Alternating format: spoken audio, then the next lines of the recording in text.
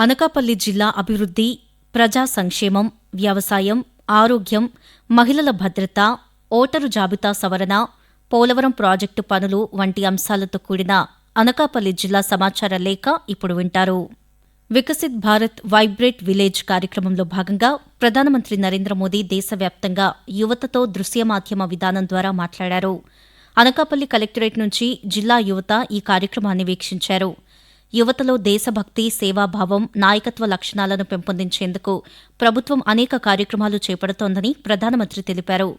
My Bharat portal ద్వారా యువతకు అనేక అవకాశాలు అందుబాటులో ఉన్నాయని, ప్రతి యువకుడు, యువతి ఈ పోర్టల్లో నమోదు చేసుకోవాలని ప్రధానమంత్రి పిలుపునిచ్చారు.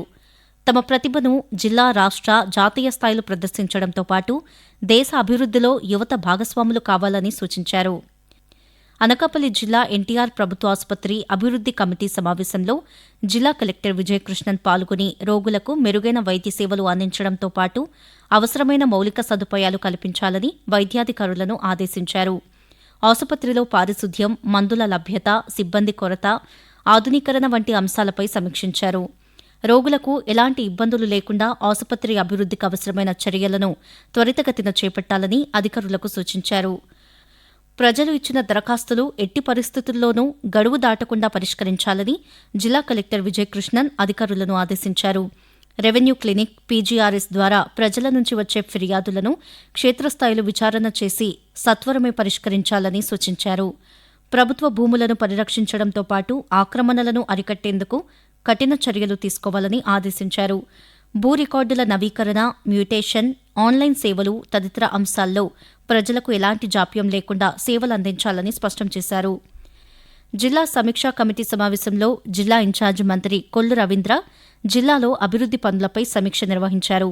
మంజూరైన రోడ్ల పనులను రాబోయే 15 రోజుల్లో ప్రారంభించాలని, పనులు ప్రారంభించని కాంట్రాక్టర్లపై చర్యలు తీసుకోవాలని ఆదేశించారు.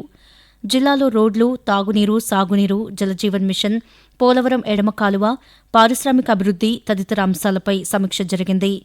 ఈ సందర్భంగా జిల్లా కలెక్టర్ విజయకృష్ణన్ మాట్లాడుతూ వివిధ శాఖల పరిధిలో ఉన్న సమస్యలను వెంటనే పరిష్కరించాలని అధికారులను ఆదేశించారు.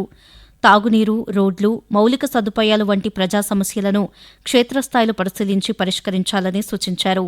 సమిష్టి కృషితో అనకాపల్లి జిల్లాను అన్ని రంగాల్లో అభివృద్ధి పదంలో ముందుకు తీసుకువెళ్లేందుకు కృషి చేస్తామని తెలిపారు. నర్సీపట్నం పురపాలక సంఘం పరిధిలో స్వచ్ఛ భారత్ మిషన్ 2.0 నిధులతో సుమారు 3.05 కోట్ల రూపాయల అంచనా వ్యయంతో చేపట్టనున్న తడి చెత్త, పొడి చెత్త, శుద్ధి, వ్యర్థాల నిర్వహణ కేంద్రాన్ని ముఖ్యమంత్రి చంద్రబాబు నాయుడు దృశ్య మాధ్యమం విధానంలో ప్రారంభించారు. జిల్లా కలెక్టర్ విజయకృష్ణన్ శిలాఫలకాన్ని ఆవిష్కరించి యంత్రాలను ప్రారంభించారు. ప్రజల భాగస్వామ్యం లేకుండా పరిశుభ్రత సాధ్యం కాదని కలెక్టర్ పేర్కొన్నారు. ప్రతి ఇంటిలో తడి చెత్త, పొడి చెత్తను వేరు చేసి పారిశుద్ధ్య సిబ్బందికి అందించాలని కోరారు. పరిశుభ్రతతోనే డెంగ్యూ, మలేరియా, చికెన్ గున్యా వంటి వ్యాధులను నివారించవచ్చని తెలిపారు. జిల్లాలో ఓటరు జాబితా ప్రత్యేక సమగ్ర సవరణ ఎస్ఐఆర్ ప్రక్రియను వేగవంతం చేయాలని జిల్లా కలెక్టర్ విజయకృష్ణన్ అధికారులను ఆదేశించారు. బూత్ స్థాయి అధికారులు, ఏఈఆర్ఓలు పెండింగ్ దరఖాస్తులను త్వరితగతిన పరిష్కరించాలని సూచించారు. ఓటర్ల ఫోటోల డిజిటలైజేషన్, మరణించిన వారు, శాశ్వతంగా వలస వెళ్లిన వారు, డూప్లికేట్ ఓటర్ల వివరాల పరిశీలన వంటి అంశాలపై ప్రత్యేక దృష్టి పెట్టాలని ఆదేశించారు. ఓటర్లకు ఏవైనా సందేహాలు ఉంటే అధికారులు సహాయం అందించాలని సూచించారు.